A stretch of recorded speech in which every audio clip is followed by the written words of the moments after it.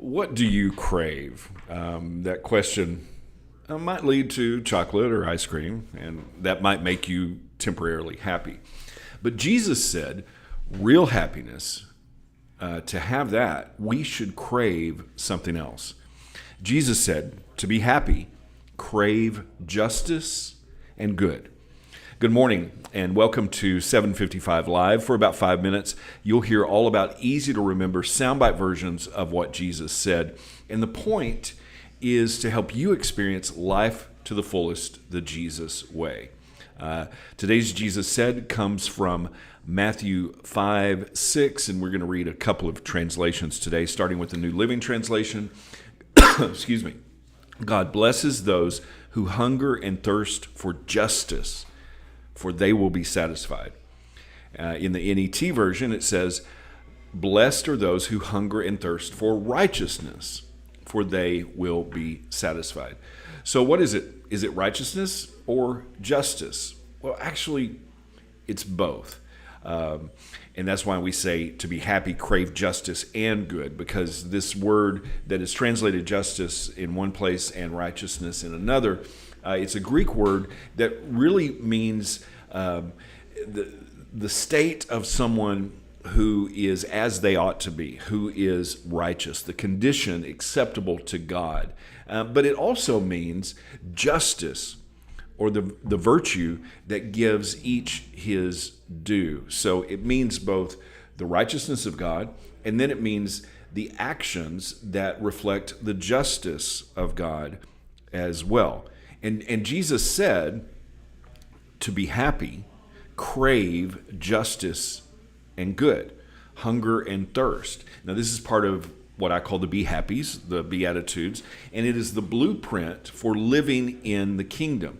In Matthew 19:17 or 19:7, Jesus answered the question when someone called him good and said, "Why do you call me good? There is none good but God." Jesus was talking about craving God's goodness, God's justice. Even though he was the Son of God, in his flesh, in his humanity, he craved that same justice and that same goodness as well, recognizing God the Father, not even his own status. And what does that look like for us? Well, Micah 6:8 tells us that God has told us, it says, he has told you, O man, what is good and what the Lord or Yahweh really wants from you. He wants you to promote justice, to be faithful, and to live obediently before your God. In our culture, pretty much on all sides, the definition of justice has been hijacked because you can't have justice without God's goodness. You can't do the right thing the wrong way. What does justice look like? Well, justice is like Jesus. There is no real justice without Jesus.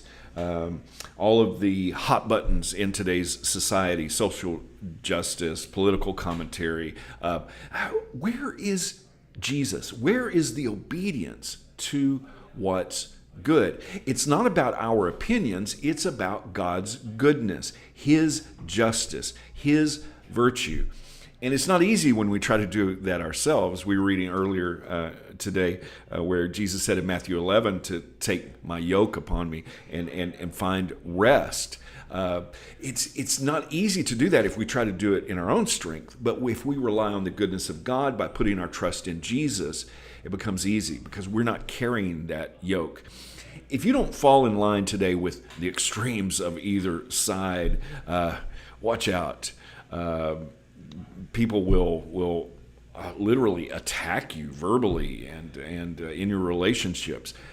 But that also leads to happiness as well. Jesus said, blessed are those who are persecuted for righteousness, for doing the good that we crave. For the kingdom of heaven belongs to them. So we should hunger. We should crave after God's goodness. And when we do that, be ready to be misunderstood, to even be persecuted for it. The blessing, the happiness, even eternal life is worth it. So what are you craving like your life depended on it? Jesus said, to be happy, crave justice and good. And that's not man's justice. That's not man's goodness. That's something that we can only receive as a free gift from God through Jesus. How can you put that into action today? Thank you so much for listening. I hope this is meaningful to you. And if it is, it would mean a lot to me if you like it and you share it and you comment. I can't really even describe how much I appreciate those who comment, not just here online, but in person, in messages. I really appreciate you. I hope that you have an amazing day. And I hope this time together has helped you live life to the fullest, the Jesus way. And remember, follow Jesus today. Love first.